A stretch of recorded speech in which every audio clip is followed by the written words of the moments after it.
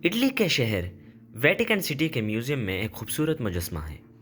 یہ رومن دیوی جیونو کا مجسمہ ہے۔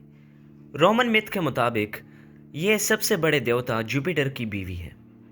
قصے کہانیوں کے مطابق جب جوپیٹر گہرے بادلوں میں چھپ جاتا تھا تو کوئی بھی اسے دیکھ نہیں سکتا تھا سوائے اس کی بیوی جیونو کے۔ کچھ ایسے ہی ہمارے سولر سسٹم کا سیارہ جوپیٹر بھی گہرے بادلوں کی چادر میں چھپا ہوا ہے، اور اس کو دیکھنے کے لیے بھیجا گیا اسپیس کرافٹ بھی جیونو ہی تھا۔ اس اسپیس کرافٹ نے جوپیٹر کے بارے میں کیا کچھ بتایا اور دکھایا، یہ سب ہم آپ کو اسی ویڈیو میں بتائیں گے۔ یہ خوبصورت اور رنگین جوپیٹر اتنا بڑا ہے کہ اگر ہمارے سولر سسٹم کے تمام سیارے، ستارے، کومیٹس اور جو کچھ بھی ہے سوائے سورج کے سب اس میں سما جائیں گے اور بہت سی جگہ خالی بھی رہ جائے گی۔ بے شک وہ عظیم رب کوئی بھی چیز بلا وجہ پیدا نہیں کرتا۔ یہ سیارہ جس پر کوئی زندگی تو نہیں لیکن کئی مخلوقات کا مسکن ہماری نیلی زمین کے لیے جوپیٹر ایک باڈی گارڈ کی حیثیت رکھتا ہے۔ جی ہاں، 1994 میں ہبل ٹیلیسکوپ سے ایک عجیب منظر دیکھا گیا۔ کئی میل لمبا ایک پتھر تیزی سے زمین کی طرف بڑھ رہا تھا، لیکن اس دیو ہیکل طیارے نے اپنے مضبوط گریوٹی کی وجہ سے اسے اپنی طرف کھینچ لیا۔ اس قدر شدید گریویٹیشنل فورس کی وجہ سے پہلے اس پتھر کے ٹکڑے ٹکڑے ہو گئے، پھر ایک ایک کر کے سب جوپیٹر میں گرنا شروع ہو گئے۔ یہ اتنی شدت سے جوپیٹر پر گرے کہ اس کا ٹیمپریچر 30,000 ڈگری سیلسیس ہو گیا۔ جوپیٹر جیسے سیارے کے لیے بھی یہ حادثہ بہت غیر معمولی تھا، اتنا غیر معمولی کہ سیارے سے 3,000 کلومیٹر اونچے بادل اٹھے، اور ہبل ٹیلیسکوپ نے یہ منظر بھی ریکارڈ کر لیا۔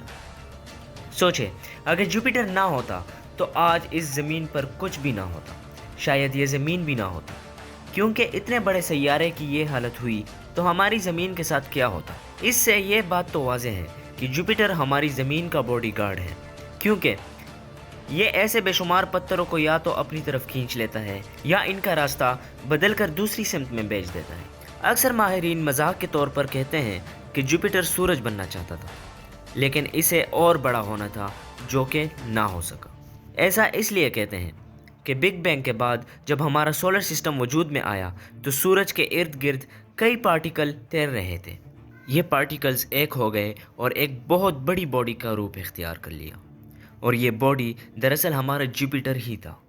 سورج کا مقابل بننے کے لیے اسے اور بڑا ہونا تھا اور خود سے تابکاری بھی پروڈیوس کرنی تھی، لیکن یہ ستارہ نہیں، ایک سیارہ ہے، لیکن یہ باقی سیاروں سے بہت بڑا ہے۔ بہرحال سورج کی طرح اس میں بھی ہائیڈروجن اور ہیلیم کی مقدار 99% سے بھی زیادہ ہے۔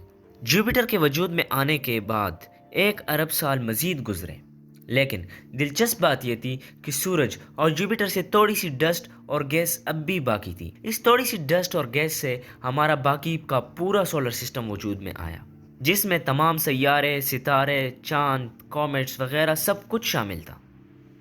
یعنی کہ جوپیٹر ہمارے سولر سسٹم میں سب سے پہلے وجود میں آیا، اور اسی میں ہی باقی سارے پلینٹس کا راز چھپا ہوا ہے، جسے سمجھنے کے لیے 2011 میں جیونو کو جوپیٹر کی طرف لانچ کیا گیا۔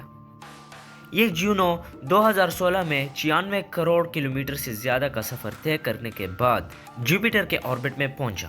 اسے جوپیٹر کے گرد 37 چکر لگانے تھے۔ یہ پورا فاصلہ 2 ارب 80 کروڑ کلومیٹر کے قریب بنتا ہے۔ یہ فاصلہ یقیناً بہت زیادہ ہے، اور آپ بھی یہ سوچتے ہوں گے کہ اسے طے کرنے میں جیونو کی سپیڈ کیا ہوگی۔